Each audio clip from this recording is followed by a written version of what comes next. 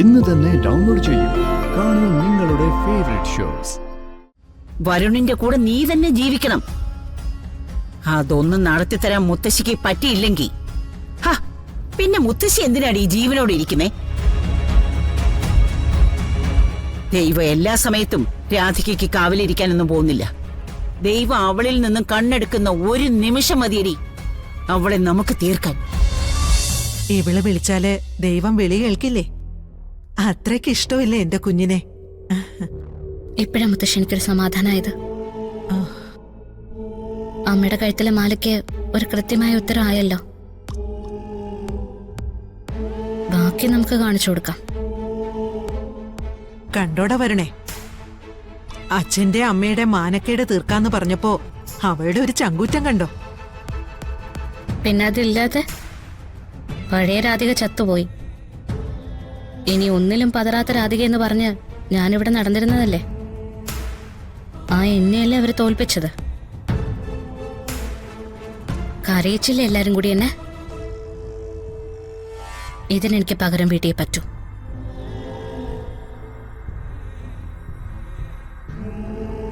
അപ്പൊ രാധിക രണ്ടാമൻ തിരിച്ചു വരുന്നു, അതും ഫുൾ പവറോടെ.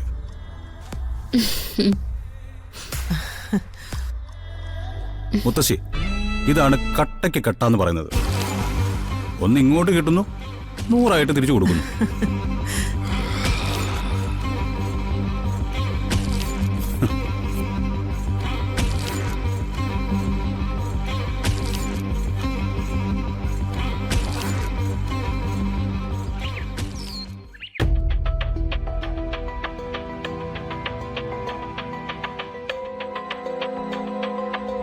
ഈശ്വര, ഇത് എവിടെ പോയതായിരിക്കും ഈ പെങ്കൊച്ച്?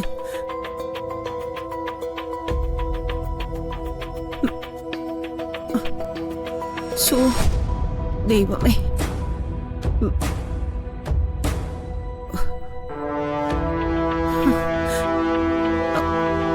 എവിടെ പോയി എന്റെ കാര്യം?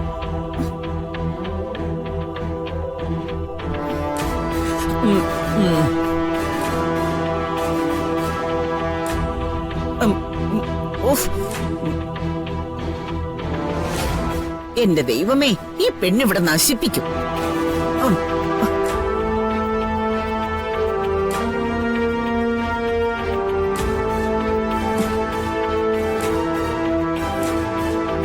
മോളെ, നീ എന്തു പണിയായി കാണിച്ചേ? നീ എന്തിനാ ഇവിടെ വന്നിരിക്കുന്നേ? ഞാനെന്താ ജയിലിൽ കിടക്കാണോ? ഏത് നേരം ആ മുറി തന്നെ. എന്താ മോളെ നീ പറയുന്നേ?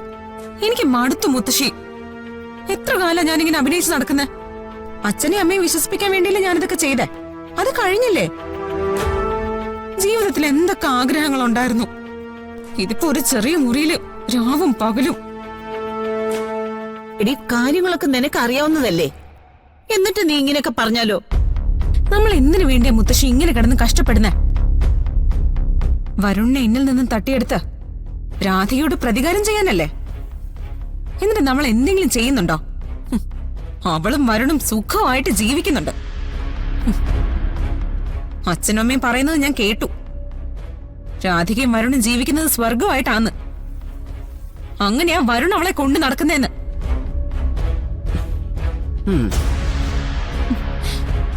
ഞാൻ ഇതൊക്കെ കേട്ടിട്ടും കേട്ടില്ലെന്നടിക്കണോ? എനിക്ക് ഈ ജീവിതം മടുത്തു തുടങ്ങി മുത്തശ്ശി. ഞാൻ പുറത്തിറങ്ങി നടക്കാൻ പോവാ.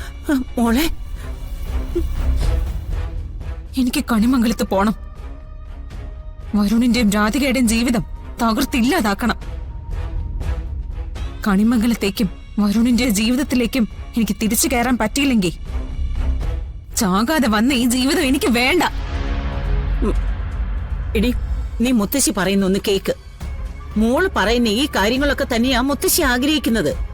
പക്ഷേ അതൊന്നും ഒറ്റയടിക്ക് നടപ്പാകുന്ന കാര്യങ്ങളല്ല. സമയം വേണം. എന്ത് സമയം? കുറെ കാലം കണിമംഗലത്ത് എല്ലാവരുടെയും വെറുക്കപ്പെട്ടവളായി നിന്നു. കുറെ കാലം ഏതോ നാടോടികളുടെ കൂടെ. ഇപ്പൊ ദേ ഇവിടെ. എന്റെ ജീവിതം മാത്രം എന്താ ഇങ്ങനെയായത്? എന്നെ ദ്രോഹിച്ചവരും ശിക്ഷിച്ചവരും ഒക്കെ സന്തോഷിക്കുക.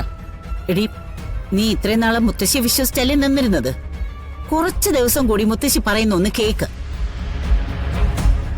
അതിനുള്ളില് നിന്നെ ഞാൻ കണിമംഗലത്ത് എത്തിച്ചിരിക്കും. ഇത് മുത്തശ്ശിയുടെ വാക്കാ.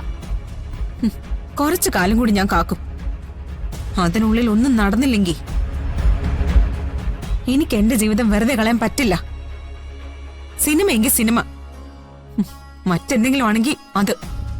ഞാൻ പുറത്തിറങ്ങി ആഘോഷമായിട്ട് നടക്കും. അങ്ങനെ നീ നിന്റെ മനസ്സിന്റെ ആഗ്രഹങ്ങളൊക്കെ മാറ്റി വെച്ചിട്ടേ വേറെ ഒന്നിന്റെ പിന്നാലെ നടക്കേണ്ടി വരില്ല. രാധികയുടെ ജീവിതം നീ തന്നെ തകർക്കണം. വരുണിന്റെ കൂടെ നീ തന്നെ ജീവിക്കണം. അതൊന്നും നടത്തിത്തരാൻ മുത്തശ്ശിക്ക് പറ്റിയില്ലെങ്കിൽ പിന്നെ മുത്തശ്ശി എന്തിനാണ് ഈ ജീവനോട് ഇരിക്കുന്നേ? ദൈവം എല്ലാ സമയത്തും രാധികയ്ക്ക് കാവലിരിക്കാനൊന്നും പോകുന്നില്ല. ദൈവം അവളിൽ നിന്നും കണ്ണെടുക്കുന്ന ഒരു നിമിഷം മതിയടി അവളെ നമുക്ക് തീർക്കാൻ.